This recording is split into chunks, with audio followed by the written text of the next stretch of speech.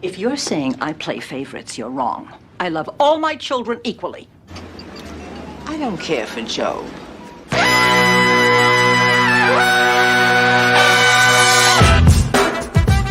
Good day, sweet world, and welcome to the No Dunks NBA Trade Deadline Special. It's Thursday afternoon on March 25th, and we're here to break down all of today's trades, except for the Brad Wanamaker one. You're crazy if you think we're talking about that one. I'm J.E. Skeets. We got the hashtag full squad going. First up, Mr. What You Need to Know, Tas Mellis. Here we go. I want to make her a good show. Let's go. We got my top shot hot boy, Trey Kirby. Bulls are back. Bulls are back, baby. We got the international man of mystery taking it to the max, Leigh Ellis. Friends.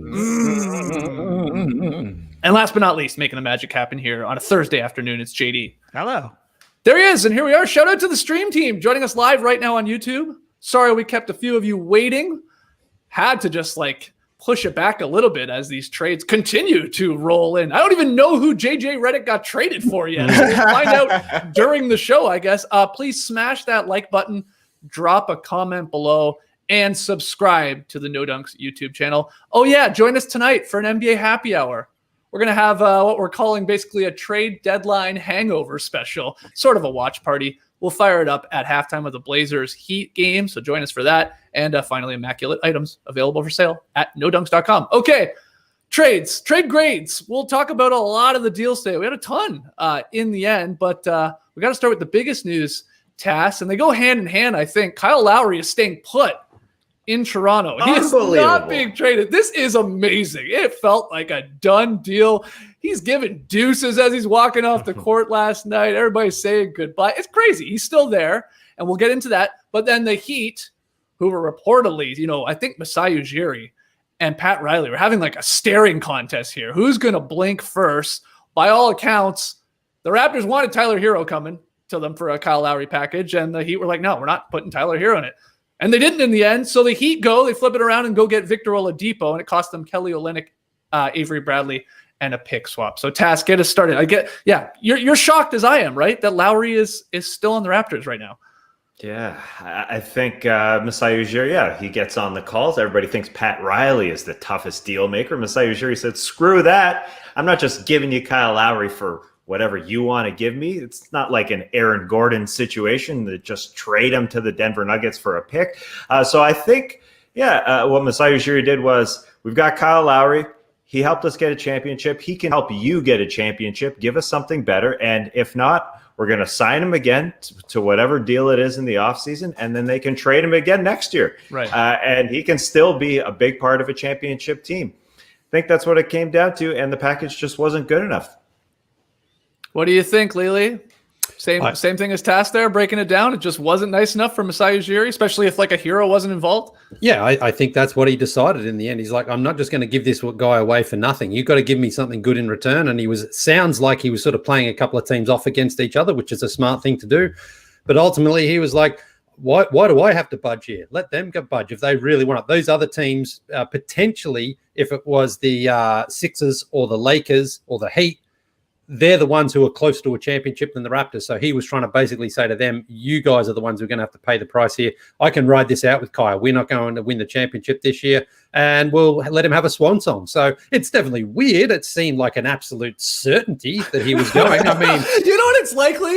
It's like we were at a cottage together, or we had traveled somewhere. We're all sharing a great place, and you have to leave a day or two earlier. You got to catch a flight. So we party it up. We have a great time that final night. And then the morning comes and you're like, my flight got canceled. We're like, all right, cool. I guess you're still here. Yeah, that actually happened to a friend of mine when he came out to visit in Australia. Well, there you go. We had the big farewell for him, and then the next night it was Australia versus Uruguay to see who would make it to the World Cup in 2006. And in comes mate. Jerry strolls into the bar. I'm like, Jerry, what the hell are you doing here? Jerry's the new Kyle. Yeah. Kyle's the new Jerry Bear, man. You can't keep him down. He's like, we missed. We got our date wrong. We had the wrong date. I'm like, all right, well, let's party. So but yeah. all indications pointed that no matter what, they were going to come to some agreement, some arrangement. And again, 259, I would thought Masai might have just been like, all right, we'll take Duncan Robinson and maybe a pick swap, whatever it is in there. We'll take maybe a that Precious or something like that. Yeah, something like that. But instead, Masai's just like, no, I'm not doing it. So nothing gets done. Okay, then Trey, here's the question. Are the Heat going to regret this? Maybe not budging off of Tyler Hero or whatever it was, and then going with Oladipo, getting him for, again, Kelly Olynyk, Avery Bradley, and a pick swap. What do you think? I saw a tweet come across the timeline today that said Pat Riley only makes trades that he wins. And I think that's a pretty fair call here with regards to this trade, because if you're throwing Tyler Hero and perhaps Precious Achiuwa into a trade for Kyle Lowry, yeah, you might win. You might go back to the finals. The Lowry fit seemed like it would have been perfect, and he would have given the Heat exactly what they needed. But there's also a chance Tyler Hero becomes a 6-time All-Star in the future, and you just traded him for 6 months of Kyle Lowry trying to go to the finals again, and maybe that doesn't work out. So yeah, I mean, I can see Oladipo is certainly a fallback player for Pat Riley. He did make some sort of move here. The cost was pretty low to acquire somebody who could certainly help their team, because I think we're comparing Oladipo to his pre-injury self, as everybody is want to do, but he's still scoring 20 points a game. He's still going to be able to give the Heat a little bit of juice, whether he comes off the bench, whether he slots into the starting lineup alongside Jimmy Butler. But I don't know. The Heat don't feel like they're totally at the top of the Eastern Conference right now. So I can see Pat Riley kind of pumping the brakes and saying, I don't know that that Kyle Lowry puts us over the top. Mm-hmm. I personally would have done it. I think that Lowry would have been a great addition for Miami, but if you're hesitant about the team a little bit this year, I can see Riley and the front office's standpoint for sure. Again, shout out to everybody joining us live in the stream team, doing some crazy numbers here on a Thursday afternoon on a trade deadline special. Again, we're going to try and get through all or most of the trades that happened today. Anything to add as we wrap up? I mean, we got to move with some pace here, Tass. And we've got what you need to know tomorrow with your show. Then we got the drop. So we'll do sort of like trade deadline winners and losers, maybe a bigger picture. We also got the happy hour, as I said tonight, where we can hang out and talk about these deals again. But anything to add specifically to the Heat getting Oladipo and what it costs to get him? Well, yeah, Victor Oladipo he's an enigma right now, right? Because I'm sure in his brain, he thinks he is that pre-Victor Oladipo guy who could come down and give you 20, but he's shooting poorly from the floor. He's just not the same guy. And I just see them going into the playoffs, thinking about last year when Tyler Hero was incredible for them. And if Victor Oladipo takes away some of those Tyler Hero minutes, some of that Tyler Hero flow that he needs to get into those sets and to get into that headspace where he is a master, a guy who that Pat Riley didn't want to trade right now. I wonder what kind of backcourt they have. I wonder how good Victor Oladipo is going to be. Is he going to be able to be in a smaller role where he isn't just coming down and chucking the way he is with Houston right now, or with the way he did with Indiana? Because if he can, then yeah, the Heat are a real threat. But I don't know how that chemistry and all that balance is going to work, because yeah, the idea of Victor Oladipo is really good, but he hasn't been Victor Oladipo, that all-star, that guy who went up against LeBron for a couple of years now. And so in a smaller role, maybe, but I'm questioning what Vic can give. And the trade package that came back is that makes it apparent that a lot of GMs are thinking the same way, right? Mm-hmm. Kelly Olynyk, Avery Bradley, and a pick swap. No real player that the Rockets are going to keep around for a real long time. And I'm glad the Knicks didn't, pull the trigger and just, give up the world for Victor Oladipo and try and make him a number one option, because he's not. The Miami Heat are trying to peg him into a system, or put him into a system here and see if he can give them 20, 25 good minutes. But I wonder how that's all going to work out for Vic. I'm not sold that he is going to be anything close to what he was a few years ago, because he just hasn't been that guy. All right, let's keep it going here. Let's get to Trey's Bulls, or I guess really the Orlando Magic fire sale. I mean, everybody must go on Orlando. So we'll start with, Trey's Bulls. This was the biggest deal of the day. I mean, a two-time All-Star going to Chicago. Vooch Island, yes, has moved off the shore there of Chicago in, what is that, Lake Michigan? Al-Farouq Aminu joins them, and the Magic in return get Wendell Carter Jr., Otto Porter Jr., a lot of juniors, by the way, on the move today. A lot of Garys on the move today, too. And then a couple picks there, 2 first-round picks, one this year, top 4 protected, and then 23, also top 4 protected. So, Trey, have at it. You got your Bulls jersey on. You got your Bulls Carhartt heart. Carhartt hat. I hate the name of their company. It's very frustrating when Carhartt you say hat. that. Yeah. What do you think? You were pumped on Twitter, so you're Are you ecstatic with kidding this move? Yeah. I don't know if I should give this a B, an A, or a B because the Bulls are back. So it's all 3. Are you kidding? The Bulls did exactly what I wanted. They went out and got an all-star to join with another all-star. They're acting like a major market, and it needed to happen. Ugly loss last night to the Cleveland Cavaliers. This was honestly last night the least back the Bulls have been in nearly 3 months. I woke up this morning thinking the Bulls need another January 5th, and that's what happens. They cashed in the juicy Otto Porter trade chip. Everybody's saying he's just a buyout guy. No way they'll be able to find anybody for him unless you have supreme confidence like I do. And they traded him for Nik Vucevic, an all-star in his prime, to make a real run at the playoffs. The fit is going to be perfect. The Bulls have needed a reliable second scorer this season. Vucevic is that. 24 and 12 this season, 40% from 3. That's amazing. Love it. Love to see a big guy shooting 3s out there too. But I also like 4 assists per game from Nik Vucevic. Part of the reason Zach LaVine has had success this season alongside Thad Young is that Thad Young is great in the short roll. They run a little pick and roll. He gets the ball at the free throw line. Maybe he kicks to the corner. Maybe he shoots a little dinker and dumper. It's looked nice. Vooch is good in the short roll too. He's also dynamite in the pick and pop. 40% on catch and shoot 3s. The Bulls have needed a center. They didn't get a stopper, but at least they get some production from that spot because this season they've been getting smashed by big guys. Nikola Jokic, Joel Embiid, Rudy Gobert. These are the best centers in the league. They killed the Bulls. Vooch isn't going to stop them, but he's going to get some of it back on offense. But for as much as I like this move on the court, I love it off the court because the Bulls are going all in on winning right here. Arturas Karnisovas finally tipped his hand. He hadn't done much. He had hired Billy Donovan. That was great. It's worked out.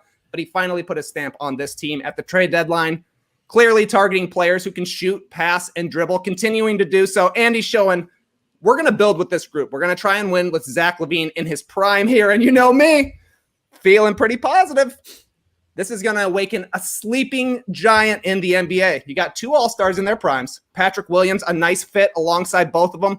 Cap space in the summer, more cap space the next 2 years after. I offered you guys spots on the Bulls wagon earlier this week, but I'm telling you, only the Nets have more all-stars in the Eastern Conference. Nobody else in the Eastern Conference improved more today. Today is a great day to get in now and for the future. The Bulls, at the very least, are getting the 6th seed this year. Next year, they're going to have a home court advantage playoff series. I think you should get in.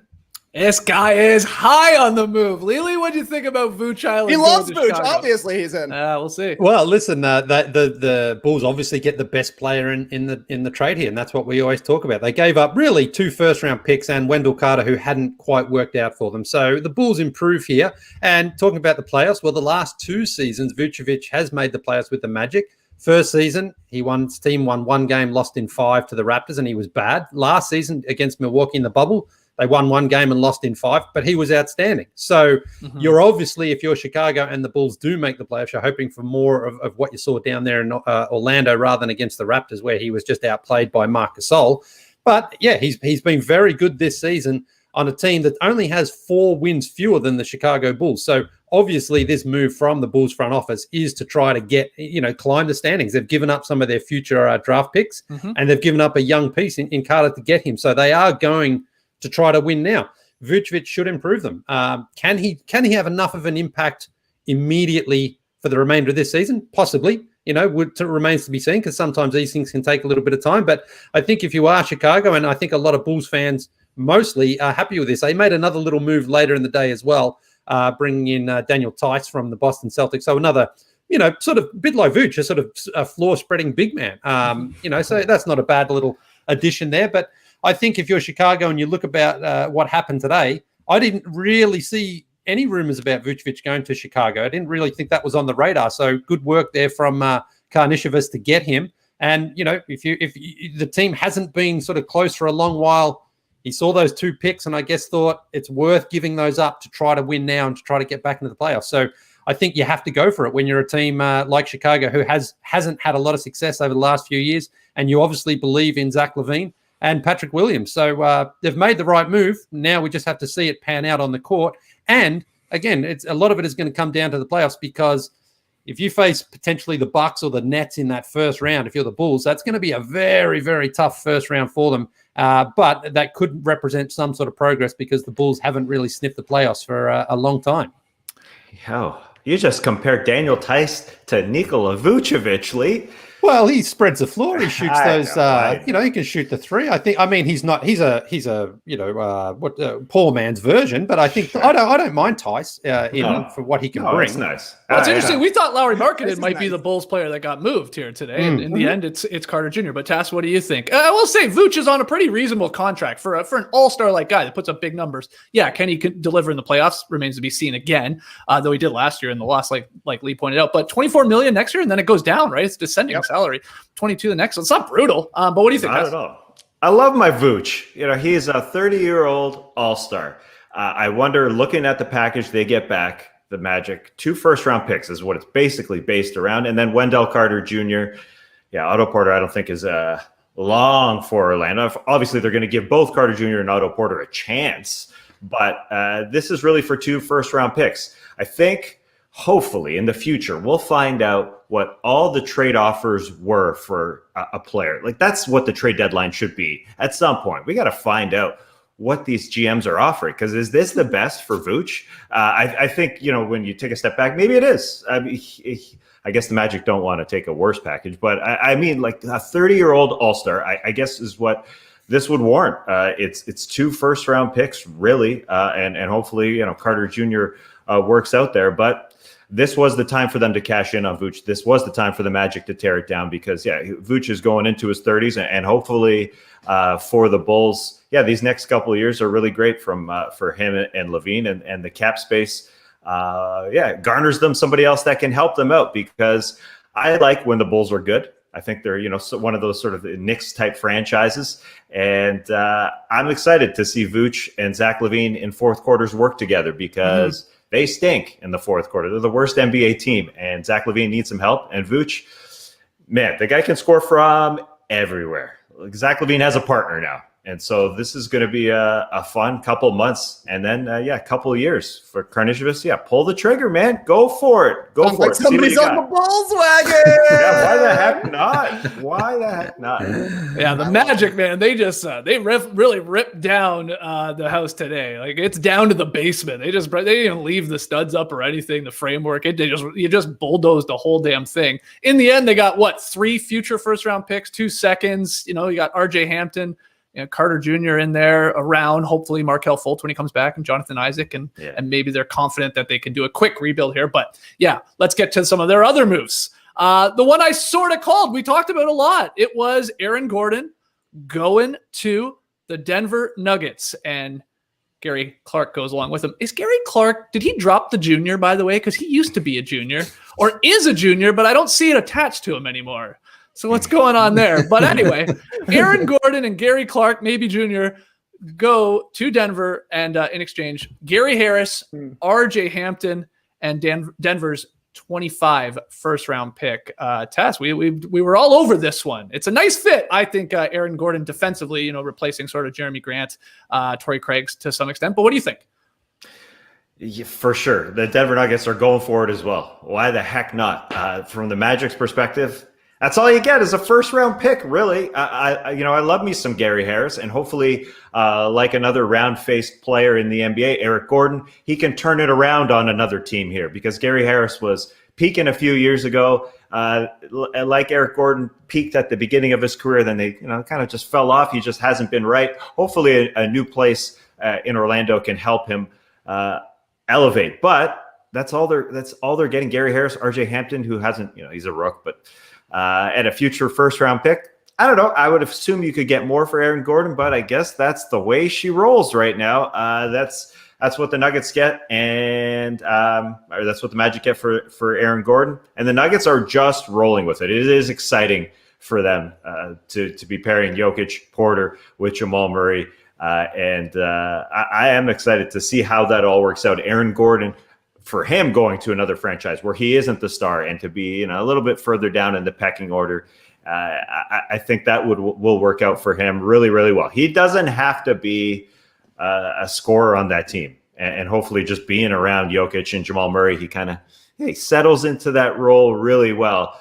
But it is confusing, Skeets. I know this was sort of the package, but this is confusing to me from the Magic side. I know they get 3 first-round picks when all is said and done. Yeah. But do they have a guy, from this Gary Harris, Wendell Carter Jr., Otto Porter, R.J. Hampton quadrant, or 4 guys here that is going to be part of their future for a long time?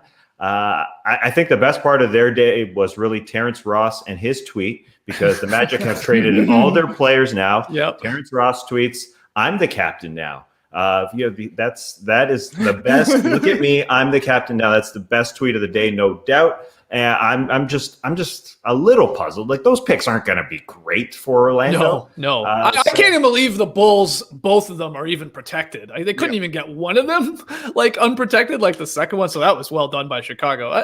I hear what you're saying. I think they're hoping RJ Hampton turns into something special. Yeah, Trey and I are high on him, so maybe he gets the opportunity there. And Carter Jr. He's going to be a keeper. He's solid. I think most Bulls fans would have preferred to trade Lowry Markkanen over Wendell Carter Jr., even throwing out the contract status with Markkanen being a restricted free agent come summertime. Wendell Carter Jr., he was pitched as the next Al Horford, a ball mover who talks on defense and can kind of guard guys from the perimeter to the rim. He's just been really struggling with a lack of confidence playing alongside the Bulls, and it started last season with Jim Boylan. What's his name? Wendell Carter Jr. would catch the ball at the top of the key. The guy wouldn't even look at the basket. There was nobody around him. He's just kind of fallen off a little bit as an offensive player, but he's talented and he seems like he's going to be a good defender. I know he's a humongous recruit in high school. I think he was in the Zion class. He obviously got overshadowed there, but I do think that Wendell Carter Jr., if he's allowed to play through his mistakes, if he's allowed to just get some confidence back, he can be a keeper for the Magic. I also think RJ Hampton, it's worth rolling the dice on him. You never know what's going to pan out. And maybe Gary Harris is able to play his way into a little bit better trade value here in the future. Then you can swing him for another pick or another player who helps out sometime down the line.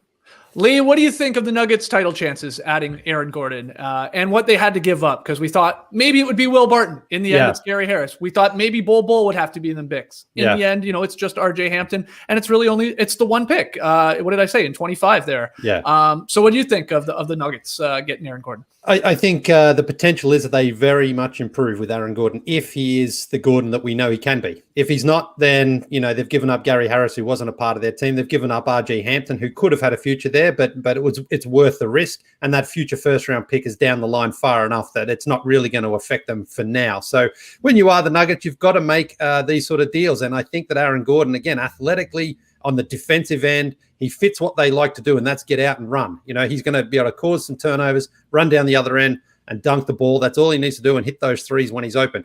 If he can do that, then the Nuggets have got a really good deal here.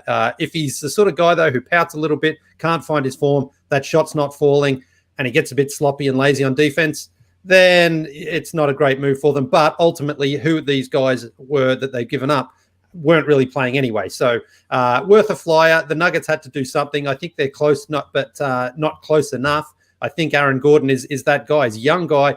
I really think a new coach, a new change of team is going to be the sort of thing that rejuvenates him and unlocks him. Because, I 100% agree with that. Yeah, I think he's got so much potential and talent, but his mind wasn't in the right place. And when you've been on a team like the Magic, okay, they have made the playoffs the last 2 seasons, but ultimately it's like you're just making up the numbers, So now he goes to a team that has real championship aspirations over the next 2, 3, 4 seasons with Jamal Murray and Nikola Jokic, superstar players. And now they add that piece who's like, you're not expected to be much more than just a very good role player. You'll get so many opportunities and so much time if you reward the team and the coaches by playing the right way. So great spot for Aaron Gordon to be in. Now it's on him to go out there and show the Nuggets what he's got. TK, anything to add from the Nuggets side of things?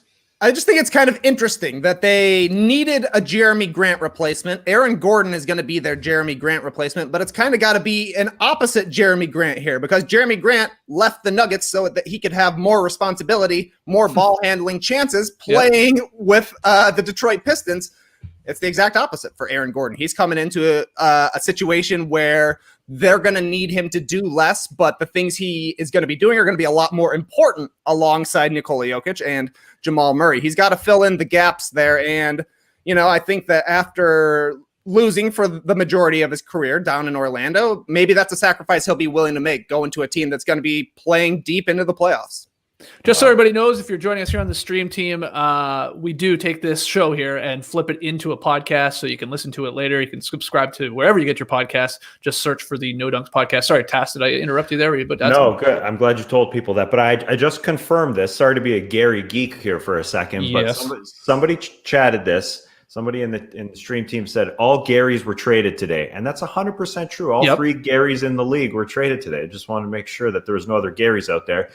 So I'm going to have a drink tonight, considering that's my alter ego, my drunken alter ego. Oh, baby. You got to show up to happy hour as Gary tonight, Tass. Come on. Yeah, you got to trade Tass Mellis for Gary Mellis today. Yeah, not a chance, but I'll be there. I'll be there. So yeah, unbelievable. Everybody dropping their juniors. Every Gary trade. Well, Gary Payton II wasn't traded. That's a good point. Well, but he's in the G League, right? Yeah, he's in the G League. Nice. Where's Mitch McGarry? Just hanging out somewhere. What about Garrison Matthews? Is that too much of a stretch? Thanks, right. basketball reference for the joke. Let's go to the third. I guess is it their final trade of the day? I think so. It's their third star player heading out, and it's Evan Fournier. Don't Google him. To the Celtics for 2 second-round picks. Leigh, you're giggling away over there. You still like the Google joke. I think Evan Fournier was actually tweeting about it, wasn't he? Which is pretty funny to Celtics fans. Yeah, what do you think? Not a lot to get Evan Fournier, who we were talking before, obviously, the deadline of, he could be like a sort of Gordon Hayward replacement type player. Obviously, can give you 20 and does a little bit of everything. But what do you think? Yeah, I think this is really good for the Celtics because basically they gave up those 2 second round picks, and they could absorb his contract for that Kemba Walker, Gordon Hayward trade exception, and they keep Fournier's bird rights, so they can still have some of that trade exception to use in the off season if he doesn't re-sign. Right. Now, I think there's like 11 million left. It's around about that. Now, Keith Smith, thanks to him for tweeting out his numbers here for Evan Fournier this season: 20 points a game, 46, 39, 80% shooting splits. That's pretty good for 2 second round picks. He's probably going to come off the bench. If you've seen Evan Fournier over his career, he just comes out and he can get hot and he can light up the box score. So this is really good for the Celtics. We knew they were in talks to maybe get Harrison Barnes. I think it would have cost them a little bit more to get him. The Magic were kind of like, all right, we'll take 2 second round picks. Why not? That's fine by us. So if you're the Celtics, you basically gave up virtually nothing to get a guy who's young enough who can come out there and score for you and give them a little bit of extra punch off the bench. So I really like Marcus Smart, whose name was coming up in a lot of trades. Yeah, exactly. Which you didn't want to give up, obviously. They kept him, and again, so you get a little chance here to maybe re-sign Evan Fournier to next season. So if you give up second round picks just for that, I think it's worth it. And the Celtics had to do something as well. Now they made a couple of other little moves here, but this is a team started off the season well, really have fallen in a bit of a heap. This addresses one of their needs, and that is just another guy who can score for them. So I think this is an A for the Boston Celtics. Oh, throwing an A for the Beatdown Boys. Okay. Sure, why not? I saw Jay King was tweeting that Evan Fournier has already made like 73 three-pointers this season, and the entire Celtics bench is like 100 more than that. The entire bench. So, if he's coming off the bench, he should help with the shooting. Trey, what do you think of this? Would you go as high as grading it an A? Well, Skeets, I would give it a B for beans, obviously, but I think that's a fair grade for it as well. Evan Fournier, we're calling him a star, a 20-point per game scorer, fair enough, and he was doing it on the Magic. He's not a huge star, but the Celtics didn't have to give up a whole bunch to give him, just a couple of second-round picks. They get to keep Marcus Smart, Skeets, like you're mentioning, which I think is huge, a huge part of the culture for Boston. The player that we were talking about coming back would help save their season as they were kind of scuttling there before the All-Star break. We'll see if that comes to pass. They traded away Daniel Tice, apparently because he missed the corner 3 last night. If he makes it, maybe he gets to stick around in Boston. But there's still moves to be made for the Celtics. They still need to do something on the buyout market, bring in some kind of a big guy, especially moving out Tice, who has been starting for the past couple of seasons, and not really replacing him. They got Mo Wagner from the Bulls, which I don't think you're probably going to start him if you're the Celtics. Maybe, I guess it'll be Tristan Thompson, but still seems like they need another big guy there, but at least they added a little bit of wing depth to their bench. Was this disappointing in the end for the Celtics, or do you like this move?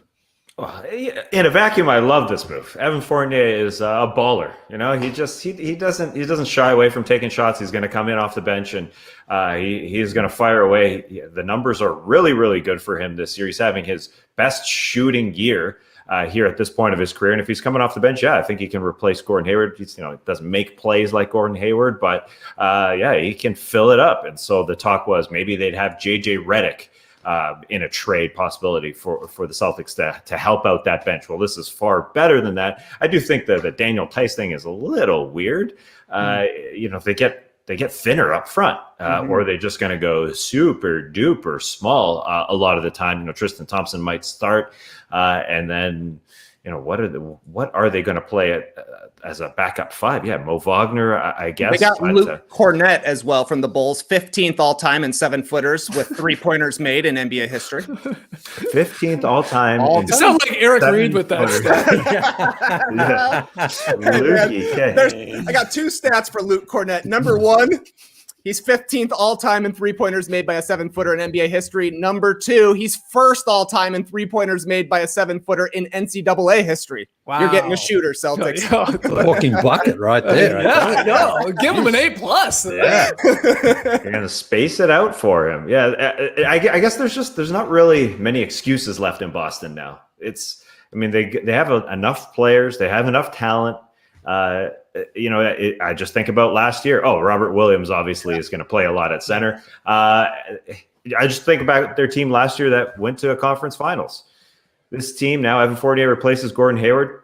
They're just as talented. They should be a good team. It has to come within. They're just not playing to their capability. They got to figure things out in the locker room. Evan Fournier is a nice little boost.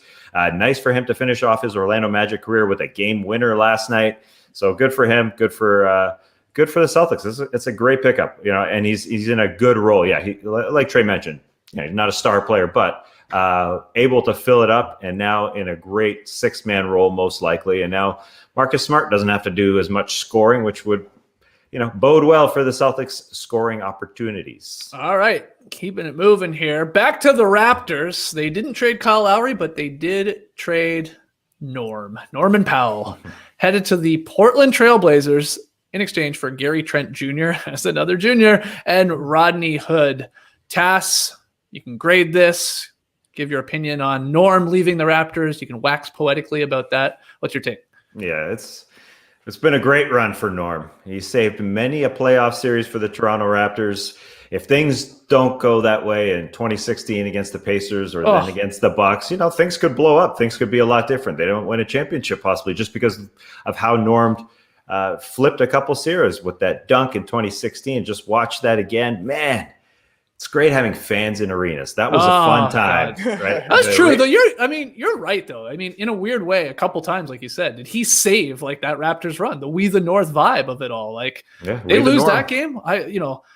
I probably because he did the same thing the next year against the Bucks. Also, Game 5, he popped off for 23 points, and then he had a couple. This gets forgotten, but he had a couple really good games in the 2019 Eastern Conference Finals versus the Bucks at home in that series. Yeah, when they were down 2-0 game. Yeah, that's exactly right. Yeah, Game 3, huge plays in the fourth in the double OT, had 19 off the bench, and then he had 18 off the bench in Game 4. And it felt like every time he got the ball, I remember in that game, he was shooting a 3. I think he had 12 or 13 3-point attempts in that game. But I think that gets forgotten because he didn't do much in the finals that year, the championship run. But big moments in big playoff series. He's been there for a long time. I was sad to see Norm go. I got to be honest. But I'm excited about what the Raps are getting back, if I'm being honest. Yeah, that's a good move. It's definitely it's a young Norm and Gary Trent Jr. That's basically what they're trading for here. It's a great contract that Gary Trent Jr. has. Norman Powell has become who he is, the last few years. Gary Trent Jr. is not quite the player that Norman Powell is, but he could get there. And I think it's okay in this trade for the Blazers to get the We the Norm slogan. They are actually further north than Toronto, which is crazy. So they can take that part of the slogan. The Raps didn't want to sign Norman Powell to another big deal. He's coming up as a restricted or a free agent this offseason. And so it makes sense. Like you sit back and you say, well, all this praise for Norm, why don't you just keep the guy? He's not He's not a geezer, but Gary Trent Jr. is a lot younger. I think he lines up better with Fred and Pascal, so I think it makes sense. It's a good return for Norm Powell. I think it's a good trade for both sides, and the Blazers are got to be happy with Norm playing at his peak. I mean, he has been really, really impressive this year to turn into what he's turned into. That's awesome. It's great player development for the Raps, and now the Blazers are going to reap those benefits immediately. He's going to help out big time. Yeah, I mean, we're fawning over Evan Fournier and his shooting ability and his ability to score 20 points per game. I mean, that's what basically Norm's doing. I mean, he's on fire this year. Over the last little bit, he's been crazy there where he's got the opportunity with a lot of the guys out. Leigh, what did you think from both sides, the Blazers and the Raptors? Throw some grades on it. What do you think? Yeah, well, I think Norm Powell has played himself into probably $20 million a year going forward. He's got a player option for next season, $11 million. He's going to opt out of that because he's going to get paid. And the Raptors have got OG, they've got Siakam, and they've got Fred VanVleet on big money. I just think Masai was like, we can't really afford to pay him, so we'll see if we can get something in return. And you get Gary Trent, who's averaging 15 points a game, shooting 40% on 7.5 threes a game. Not a bad return because now you get him. And if he continues to improve like that, he basically gives you what Norm was giving you. So this is good for both ends. I'm not sure what Rodney Hood's going to do, if he's going to stick around in Toronto or not. A bit of a hot non-guaranteed for next year. So. No, so he was more just to make the deal work. But if you're the Blazers, I think it's a good move for them. I think gives them another scorer. He's an upgrade on Gary Trent, and they can take a flyer on it. They need another guy who can go out there, play the same way, hit those shots. He's a bit frustrating at times. I think that was a thing with Norm. He had his, he certainly at times during his Raptors tenure, fans wanted him out the door as quick as they could. And other times he was like, he's getting a statue at some point of his career because he was a bit up and down. But this season, and probably last season as well, he became a lot more consistent. So good on him for getting to a position where the Raptors just couldn't really afford him in the end. He's going to go to a situation where he gets paid really well, and he's earned that. But Gary Trent, he's having a pretty good season. So for the Raptors, they're just going to run out the clock pretty much now on this season and get a look at Gary Trent and see what he's worth in the future.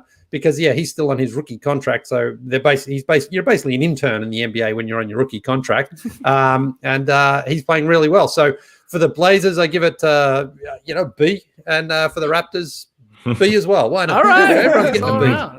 I mean, I guess I'm a little perplexed from the Blazers side of things. Like, bringing in Norman Powell, who has proven he could score and can hit the three, but he's not helping the Blazers in what they really need, which is maybe some defense. They didn't really address that, TK, here at the deadline, in my opinion. Again, I am a Norm fan. He probably will pop off in a couple of playoff games, as we just talked about, like he did for the Raptors. But defensively, Norm is not there and will never be there, in my opinion. And the Blazers probably could use someone like that. I think it would have been a lot better if they could have got Aaron Gordon. I would have been much more excited for their chances to go a little deeper in the playoffs than Norm. But what say you, TK? I think that's a fair point. They definitely need some defense. They could use a big guy, but I suppose at least in this move, you could make the argument that the Blazers are opening a roster spot. Maybe that goes to a buyout guy like LaMarcus Aldridge, because the Blazers also did need a little bit more bench scoring, I think. And like Tass is saying, like y'all are saying, Norm is going to be better for the Blazers this season than Gary Trent Jr. is. The Raptors, they're getting a player back. He'll approximate Norm's production, at least in the future. He fits in with the Toronto culture. He's going to be a restricted free agent in the summer, a little more cost certainty. I think this is a good deal all around. Yeah, maybe this is not necessarily the area you expected the Blazers to go with their trade deadline, but we just got the news today from Jusuf Nurkic that Jusuf Nurkic will be returning. So that helps their defense, makes their bench a little bit better too, sending Enes Kanter to the bench where he's probably most effective and definitely is a second scorer there alongside Norm Powell. So yeah, they gave up basically 2 first-round picks for Robert Covington over the offseason, which was a big move that was supposed to help their defense. They're just relying on him to be a little bit better as well, and also not sinking more into players who maybe do not move the needle a whole bunch. You could get into trouble if you trade 3 first-round picks for Robert Covington and Aaron Gordon, I think. Fair enough. A little factoid from this deal here today, too. I saw it going around Twitter. I saw it from Aaron Bronstetter, but Portland traded Gary Trent Sr. to the Raptors in 1998. Remember that, Tass? And a year later, Gary Trent Jr. was born. And so here we go for the Blazers and the Raptors, again, dealing a Gary Trent some 23 years later. Life is a circle or something like that. I Life don't know is what a the saying- circle. Yeah, who knows what the saying is. It's been a long day. So both Trents have played for both now the Blazers Yep. and the Raptors. Has the young Gary dropped his junior? Is he one of those? No, I think he is a junior. I think so. He's kept it up. Yeah, I think so. I think most juniors do keep the junior, but I'm telling you, what happened to Gary Clark? You're right. No, people are dropping him for sure. Yeah, Seniors are adding them to their names like Marcus Morris, but juniors are dropping them. They want to be their own men. Don't make me, just associate me with my dad. Like Jaren Jackson Jr., he's still a junior. Yeah, there's still a lot. Otto Porter Jr. is still a junior. You think? Kevin Porter Jr. is still a junior, or is he? Is he just Kevin Porter now? These are the big questions we're asking here on the stream team. Let's keep it going. I think I've figured out the details to this next trade while we've been talking here. You can tell me if I'm wrong, guys. I'll throw it up. The Mavericks are getting JJ Redick, Smelly Melly, and the Pelicans in return are getting James Johnson, Wes Iwundu, and a second-round pick. Again, I'm going off of Andrew Lopez there on Twitter while we were doing this show, so I trust him to come through with the details. Leigh, we thought Redick could be a buyout candidate. I was a little shocked that in the end he gets moved here at the deadline. What do you think of the Mavericks acquiring him and what it took to get him? Yeah, well, the Mavericks, I thought were going to make some sort of move. I thought it might have been a little bit bigger than this, but JJ Redick is a veteran who will go out there and hit threes, but he just has not been doing it this season in Orlando. He's having a terrible season, which I just did not think was going to be the case playing with Stan Van Gundy again. So the Mavericks basically just like, okay, we can give up James Johnson, Iwundu, and a second-round pick. There's just not much. This deal's not really going to shake the foundations of the Western Conference by any means. But with Luka out on the floor, Melly also spreads the floor. Basically, that's what it is. The Mavericks are like, let's just get more offense. Let's just try to see if we can score as many points as we possibly can, because defensively, they neither of these guys bring anything. James Johnson and Wes actually are sort of more defensive-minded players. So I think the Mavericks have just decided we're just going to try to outscore teams and outshoot them as much as possible. But, yeah, JJ Redick, really surprising. I thought that was a good situation, a veteran in New Orleans there for a young team that was hoping to make the playoffs. But from early on, he was just out of the rotation, and he's injured now. But how much of that is maybe they were just not playing him to make a deal like this. So this one's a C. Okay, wow. Everyone just gets a C. I mean, this is a deal. We might have a lot of C's, C pluses coming up here with the rest of the show. This is a deal for the sake of having a deal. It's not really. What? There, maybe the Mavericks are hoping that he can replicate what Seth Curry was giving them from the shooting position once upon a time. But you're right. Redick has struggled with his shot. Trey or Tass, anything to add to the Mavs getting JJ there in his podcast? What do you think? Well, it's a great point. They do get the podcast. Yeah. That's big. We're going to have Boban on that podcast. So that's nice. It's a win for us. That's a good get for the Mavs. Good get for JJ Redick to tap into that pipeline there. James Johnson on an expiring contract. So I guess nice job by the Mavericks to get something for him in return, leaning into the offense. I'm never mad at that when a team says defense. What's that? Let's just shoot threes the whole time. I'm in. It's fine. Yeah. You talk about the Blazers leaning into offense. I mean, Luka Doncic is going to have more space than anybody in NBA history, right? He's going to have more space than Shaq at the three-point line with all these shooters that he's playing with. They don't really have any defensive-minded guys because they're trading them away. They do have Dorian Finney-Smith to stop some guys, but yeah, you line up Josh Richardson, even Nikola Melli. Oh yeah, Joshy. I forgot about Joshy. But yeah, Luka, Porzingis, JJ Redick, Melli on the floor, and Tim Hardaway. I mean, they could just try and beat you with the 3-point shot. So maybe it's not a recipe for winning a lot of playoff series, but it's a recipe for interest from me just to see how many points they can put on the board and points that they allow. It's going to be some high-scoring games once they get to the playoffs. Our next little somewhat minor deal here. The Clippers got their point guard, and it's Rondo. Oh, I can't wait for Leigh's take on this. It took them sweet Lou Williams, going back to the Hawks, and 2 second-round picks, and then some cash. Twitter had some fun with this one, Leigh. I mean, it was like Mad Libs out there on Twitter with this trade. Playoff Rondo, championship intangibles, lemon pepper wet chicken wings, Magic City, the Trey Lue backcourt will give up 10,000 points, whatever. But, the Clips thought they needed a point guard, like a vet to sort of run things, and we've seen Rondo recently have success in the playoffs. Do you think he continue to do that and help out LAC here in a title quest? Well, possibly. I mean, I'm not a big Rondo fan, but at times in the playoffs last season, he was good for the Lakers. Not every game. He has those games where he stinks, and they all of a sudden just get ignored by the Rondo lovers out there. But this was a terrible signing by the Hawks. $15 million for 2 years. It was a bad move. So I know they've realized that early enough where they're like, yeah, let's get rid of him. Lou Williams coming back and a couple of picks. I mean, that's really what it is. Lou Williams surprisingly was on the outer there in LA. We knew that his name was being tossed around in talk. So a little surprised because of what Lou does give you off the bench most of the time. He hasn't been playing all that well lately the last couple of seasons. So maybe he's lost a little bit of his spark there. But I think when you are a bench player, you need to be a scorer more than a distributor. So will Rondo slot into the starting lineup there? I doubt it. But the Hawks, they shouldn't have signed him to that. I mean, he was only there for the money, and he showed it out on the court.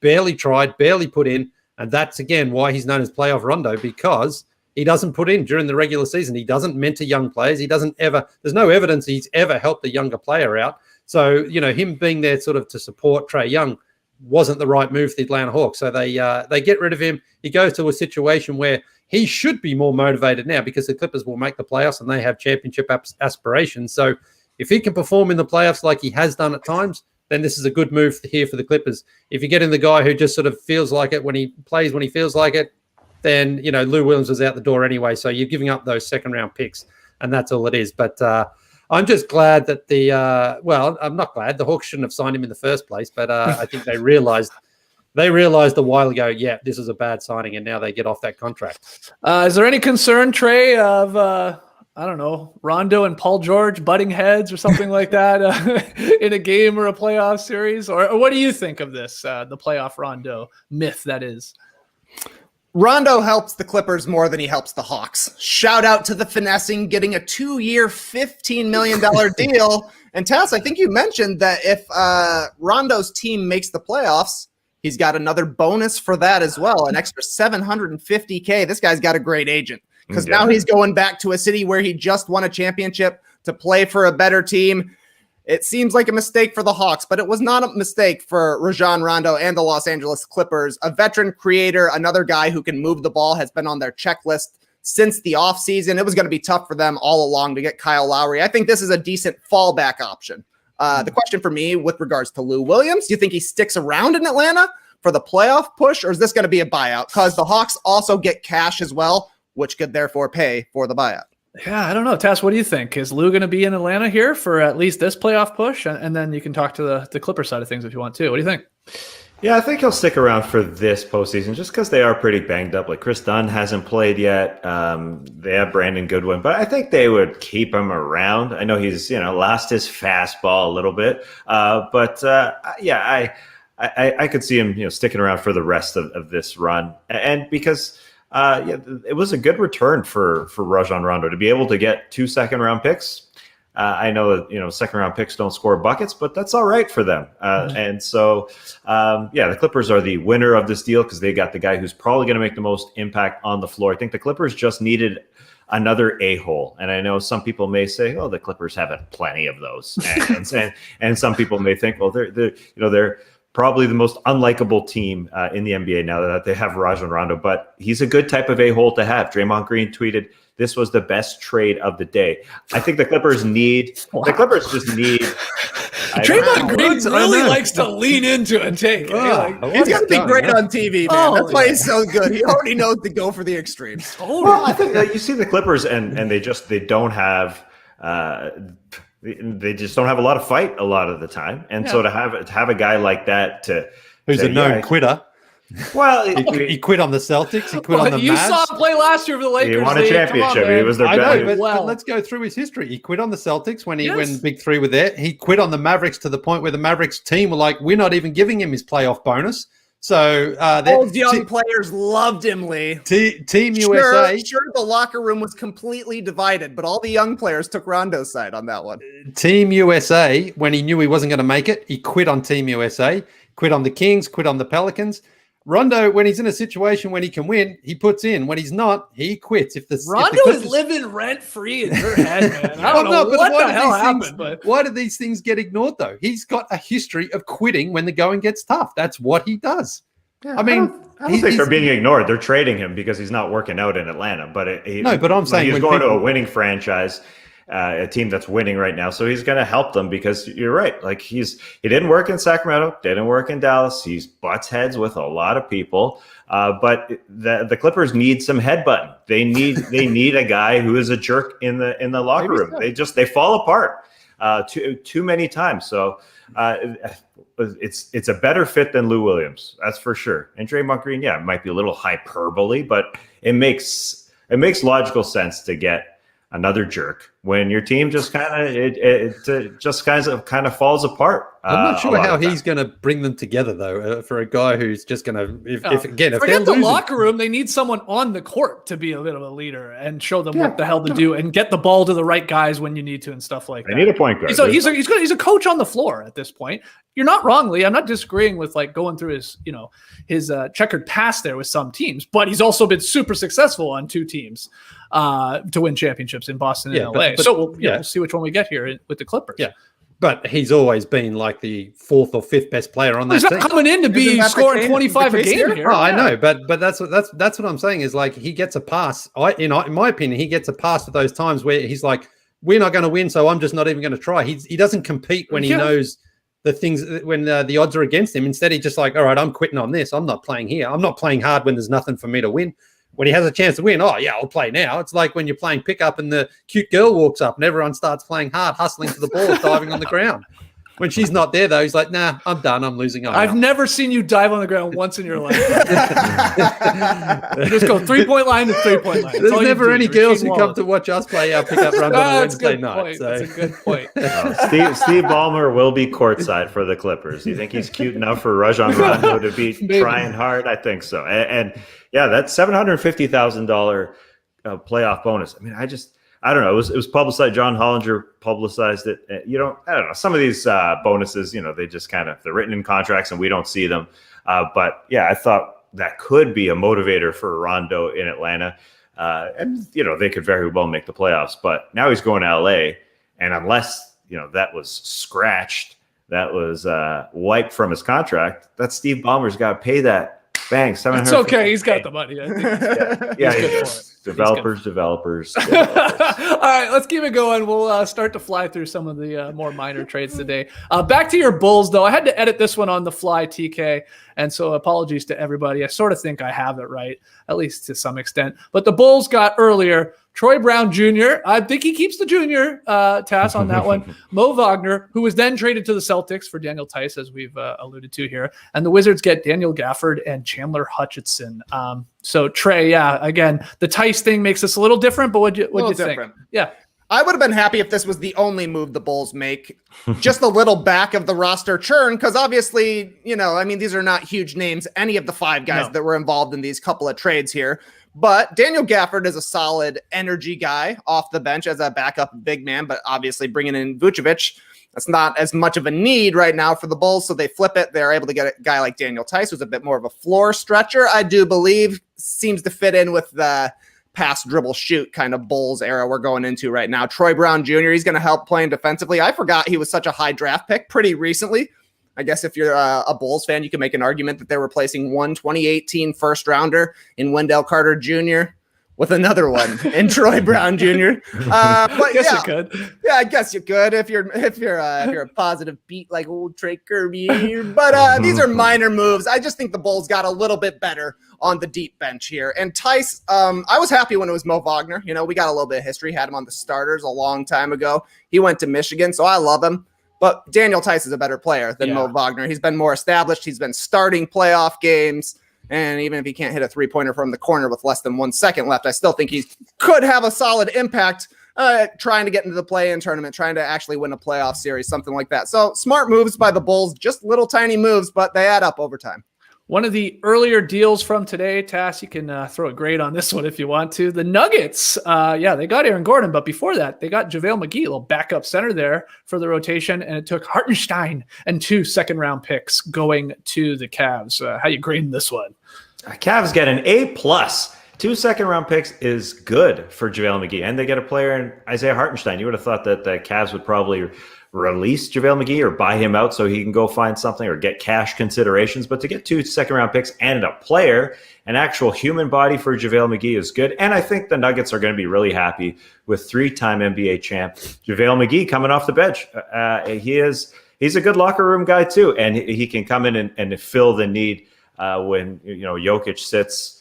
He's won championships. Is not a joke. I mean, it helps. And so good moves on their part. I mean, the Cavs get another center. That's their MO. That's what they have. They're apparently going to buy out Andre Drummond here. He didn't get moved at the trade deadline. And so maybe the Knicks sign him as a buyout guy. But I guess the good move from the Cavs perspective is Larry Nance sticks around. And as he tweeted, the Wolf of Wall Street, Leonardo DiCaprio gif, "I'm not leaving. I'm not going in anywhere." So that's cool. That's cool that Larry Nance sticks around. I thought the Boston Celtics would at least get Larry Nance. Not to say that Larry Nance deserves the verbiage. At least he's good. But I thought the Celtics would be able to pry him, to get him to fill in for Daniel Tice's spot as their center. But yeah, the Cavs like Larry Nance because he's freaking good and he's not freaking going anywhere. So all that to say, they got a lot of big men in Cleveland, but it's a decent move for them. We had a 3-way today, Leigh. Oh, I know you love the 3-ways, Leigh. This one involving the Sixers, the Thunder, and your New York Knicks. Sixers get George Hill and Iggy Brzdakis. Thunder get Austin Rivers, Tony Bradley, 2 future second-round picks. And the Knicks, getting in the mix here, get Terrence Ferguson, which I actually really like, Vincent Poirier, who is the French Van Vliet, if you've never seen him, and a Philly second-round pick. Again, bit of a minor deal. Though George Hill is the interesting name here, Leigh, because, we're talking about Rondo and whether that vet point guard can help the Clippers' chances to go deep. And then Lowry being off the board completely. Well, George Hill is another point guard that was available today. And in the end, the Sixers go and grab him, which I like. But what do you think of this? Yeah, no, that's what the Sixers need. Just another veteran presence who can come out at the end of the game maybe and be on the floor. They can trust him a little bit there. The big weird thing here is Austin Rivers had a couple of really good moments for the Knicks earlier this season. Remember against the Jazz, he had that great game. And something happened there between him and Coach Thibodeau, and he just was no longer a part of that team. No one knows what it was, but something happened where he was away from the team for personal reasons. And I was just a little bit surprised because I think Austin Rivers has actually turned himself into a solid vet at this stage of his career where he knows his role, he comes out on the team, and he works hard at both ends. And he was doing that for the Knicks and having some success. So something happened, and the Knicks obviously move on from him. For the Sixers, I mean, all these other moves, they're just sort of pieces to make the deal work here. No one's really going to impact their team. But George Hill is a good get for a team like the Sixers who are clearly going to make the playoffs, and they need just some reliable veterans on the bench who can maybe come out and just be a presence in a game or two come playoff time and just provide a little bit of leadership and solidarity really out there on the court. And that's really all it is. Tony Bradley, there's 2 future I mean, none of that stuff's going to have any significant impact on this season. So for Philadelphia, obviously they had bigger fish to fry today. They were hoping to land a bigger deal. Couldn't get it done. But instead they have a nice little consolation piece here in getting George Hill. Yeah, what do you think, Trey? Is that what this is? Okay, there was no Lowry move to be made, or, they couldn't agree on one, Morey and Masai Ujiri. So okay, well, let's go get George Hill. It'll be a lot cheaper to get him and bring him in. Yeah, very similar to the Clippers going after Rondo. Once it became clear that getting Kyle Lowry is going to be tough, you got to do something else if you're trying to beef up if you're the Sixers. So yeah, George Hill becomes the Kyle Lowry replacement. He might become our next Jeff Green as things continue on down his career. He's been traded 6 times already. Usually acquired by competing teams who need to do something but can't always pull off something big. Usually helps. You can always talk yourself into it, right? You're like, George Hill, $10 million this year, $10 million next year. Would you rather have him, or would you rather pay Kyle Lowry $30 million this year, then whatever you have to pay him the next year? For 3 second-round picks, if you're not going to be able to pull off the Lowry move, this is pretty fine, I think. OKC now has projected 34 draft picks, Tass, over the next 7 years. I think it's perfect. 17 first-round draft picks and 17 second-round draft picks. Yep. What do you think of that? Think they keep them all? Who do you like in the 2026-27 draft that you got your eye on? I know you're a big scout. Yeah, Troy Brown, Junior. Troy Brown the fourth. Yeah. At that point. All right, guys. Yeah, guys never go with Junior. They go with the third or the fourth. Yeah, no, I like Junior a lot. Yeah, in Friends, Gary Jr. Frank Jr. Oh, Frank Giovanni Jr. Ribisi. Jr. Yeah, that's classic. right. Yeah. I did see someone on Twitter while we are doing this show, and maybe it was in the stream team too. Sorry, there's a lot going on, but like maybe I was confused that Gary Clark Jr. is the rock musician, and then just Gary Clark is just the NBA player. But I could have sworn he's got a junior at one point on his basketball reference page. But maybe that's where I'm confusing them. Anyway, let's keep it going here. The final ones we'll throw up here. Bjelica, he was a name that was being rumored to be on the move. Miami Heat get him. Replacing basically Kelly Olynyk, I think is what that move is there. They get him from the Kings from Mo Harkless and Chris Silva. We had the Raptors moving Matt Thomas to the Jazz. Yes. Pour one out for our guy, Alex Wong, the biggest Matt Thomas fan in the world with the Yahoo Sports crew up in Canada. And so he goes to Utah and look, hey, they shoot 3-pointers. He might get a chance deep in the rotation. Raptors got a 21 second-round pick back. That's by way of the Warriors. Raptors weren't done. Terrence Davis. Now, here's a second. I forgot to put the two eyes in there. Terrence Davis, the second, goes to the Kings, and the Raptors get a future second-round pick for him. And then late last night, right, on Wednesday night, the Kings also got Delon Wright for Corey Joseph, 6'6", and 2 second-round picks. Anything you wanted to add? Oh yeah. Brad Wanamaker went to the Hornets. Yes. And Marquise Chris went to the Spurs. That's right. And I think that's it, unless something else was trickling in while we've been recording here the last hour. But Leigh, any of those tickle your balls? Delon Wright and Corey Joseph are basically the same player. And I always think those guys, in any situation they go in, they provide decent roles for their teams. I'm surprised that they've bounced around quite as much as they have. Both former Raptors, of course. And when they played for the Raptors, I thought these guys are solid coming off the They're bench. solid, But they just keep on getting moved around. And again, sometimes you look at these picks and you just think, I think sometimes GMs are just like us in fantasy, where you just sometimes just want to make a deal, you know? Brian Colangelo. Hold on. I think there's a couple reasons actually for this one, as minor as it is. First off, the Pistons want to be bad. Okay, Delon Wright was playing pretty well for them. A little too good. He was too good. I mean, Joseph's not going to come there and just tank it though. Corey Joseph at this point in their careers, I think. But it gives Detroit like $6 million more to spend in the offseason. You get second-round picks, so you're either using those in a trade to sweeten a trade or use them because you're the Pistons. And, yeah, you got enough guards still in the mix. Killian Hayes is coming back. That's, in theory, your point guard of the future. And as for the Kings side of things, I think Hollinger pointed it out. Maybe this gives them eventually a little more meaningful cap room to possibly sign like Rashawn Holmes, right? And their first-round pick, whoever that be. So I think it's just like they're cooking the books here, Leigh. It's like totally. You can't tell me though that some of those GMs are just like, I just want to make a trade. I just want to trade someone. I mean, it used to happen in fantasy basketball with the deadline coming down as well. You listen, all right, I'm trading someone. I don't care who it is. I'm just trading someone. And just to make it look like you're busy. Exactly. Yeah. It's like playing Top Shot, Leigh. Some nights there'll be a crazy boom. You got to flip them then. You got to flip them at the trade deadline. You've got what you needed out of Delon Wright. He played solid point guard for the Pistons for half a season, and now you're able to turn him to 2 second-round picks. That's a smart move, especially when you're getting a player to replace him in Corey Joseph. The funny thing is with second-round picks is sometimes they're like, oh, you're getting a couple of second-round picks, but often they're just thrown in as well just to make the deal happen. So like, and that's the thing with Sam Presti, 34 draft picks in the next 7 years. Yeah. Okay, great. But you have to turn those into something special. Or because you can accumulate all these, but if you don't draft well, or you can't translate those into some sort of successful players or a successful group, then people are going to start saying, what's the point of it all? Well, yeah, of course. I mean, similar things, of course, we're going with the Hinkie Sixers way back when. And yes. Some of those picks worked out well. Some of them did, for they're sure. On the verge, knocking on the door. But I hear what you're saying. I just want OKC to have all the picks. I want to see it. I don't even care about the first round. The entire second round, I want it to be all OKC picks.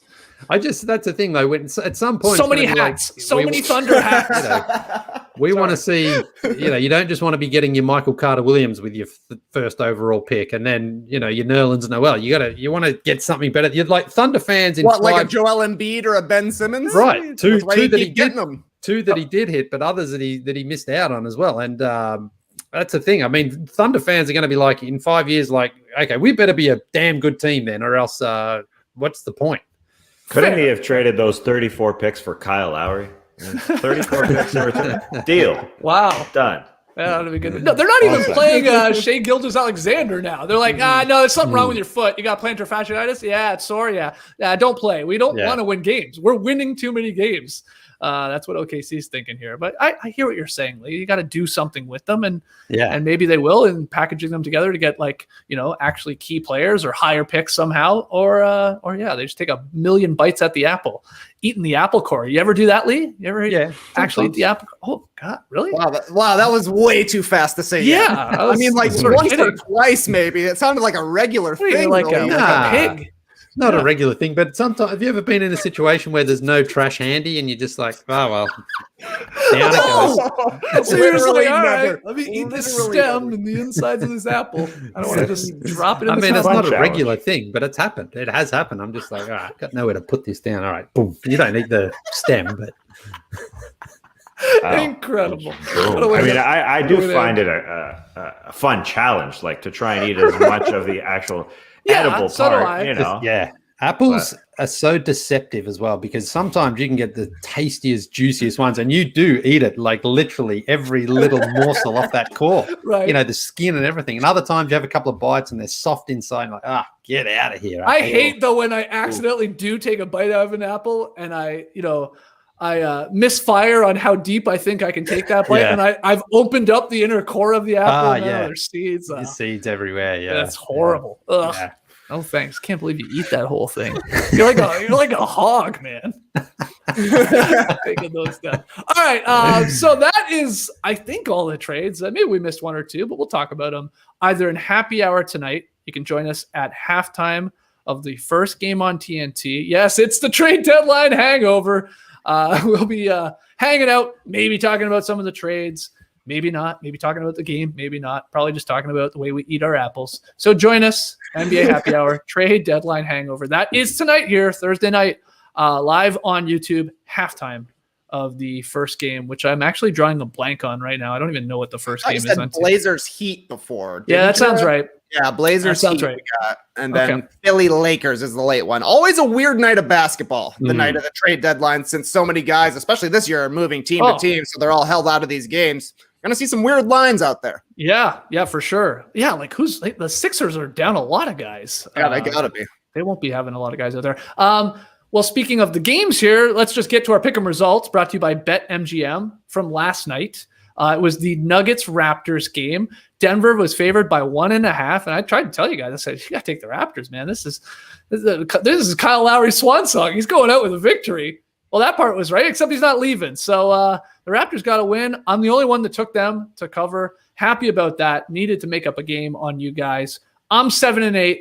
Leigh's 7-8 now with that loss. Tass is 8-7, so he's right there. And Trey, again, helped by JD earlier last week, or all last week, I should say, is 10-5. Though JD finally got one wrong. Yeah, JD had the Denver Nuggets last night. You're human, JD. Good to know. Yep. That's true. I am human. And you have a Raptors shirt on. Look at you, you traitor. Oh, my goodness. Should have taken the Raptors, is what I'm saying last night. Well, he didn't get traded. If he had been traded, we would have been right. Oh, wow. You thought he might be held out of the lineup, as we talked about. Good point. Okay, anyway, tonight's game, Tass, where are we going? Yeah, we talked about the Sixers being shorthanded. They're going into Los Angeles to play the Lakers. Obviously, the Lakers very shorthanded themselves. No LeBron, no Anthony Davis. So they're getting 4.5 points. Philly is favored by 4.5 points. The Lakers can lose by 4, 3, 2, or 1 if you pick them. So, Trey, what do you think? You think the Lakers are covering that spread? In 4, 3, 2, 1. I'm taking the Lakers. Big game for Talen Horton-Tucker, showing out after not being traded for Kyle Lowry. Yeah, he was the one they held on to, so they didn't get Kyle Lowry. Sup with that. All right, Skeets, you got to make a pick in 4, 3, 2, 1. Well, I'm taking the Lakers as well to cover. Did you see Kyle Kuzma back to looking like Slim Shady? Dyed the hair, bleach blonde again? Yes. I'll take the Lakers to cover. I'm not saying they're going to win this, but I think we got a close game there on TNT. Yeah, Frank Vogel was funny about Kuzma's haircut. He said, if we lose, I guess I got to bleach my hair like Kuz. All right, so you got to make your pick, Leigh, in 4, 3, 2, 1. Not too early, Leigh. Okay, 4, 3. Okay, go ahead.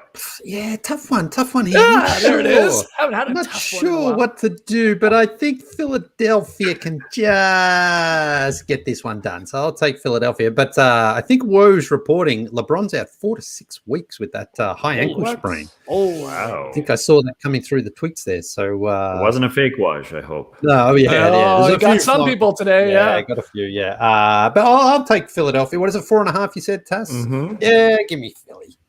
Wow. Okay. Yeah. And Danny Green was rumored, speaking of Philadelphia and LA, his former team was rumored to be going to Golden State for a little bit today, but that didn't happen. So he's sticking around in Philly. He'll be there. I will take the Lakers. Who the heck knows? But I think they can cover 4 to 6 weeks. That sucks if LeBron is out for that long. That's terrible news. High ankle sprain. That'll do it to you. Okay. So 3 of us taking the Lakers, the plus 4.5. Lee's got Philly winning by 5 or more. Thank you so much for joining us here on the stream team. Shout out to everybody that joined us live. We did some crazy numbers today. So thank you.